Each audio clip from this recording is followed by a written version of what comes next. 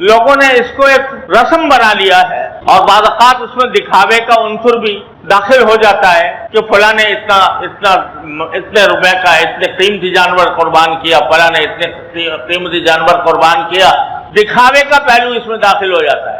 हकीकत में अल्लाह ताला इस कुर्बानी के जरिए ये याद दिलाते हैं कि तुम्हारे दुनिया में रहने के दौरान तुम्हारा काम ये होना चाहिए कि हमारे हर हुक्म के आगे सर झुकाओ।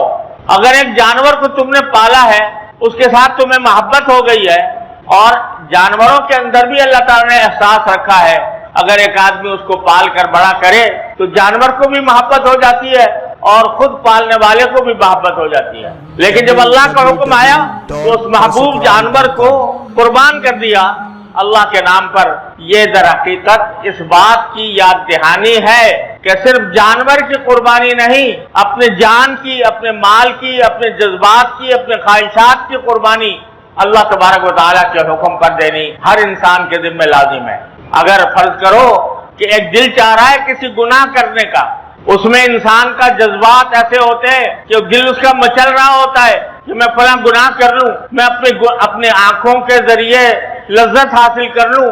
यह है मौका दर हकीकत इस इम्तिहान का कि आया तुम अपने जज्बात और ख्वाहिशात को अल्लाह के हुक्म की खातिर कुर्बान करते हो या नहीं करते।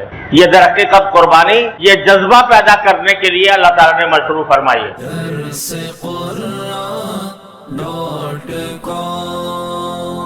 www.darsequran.com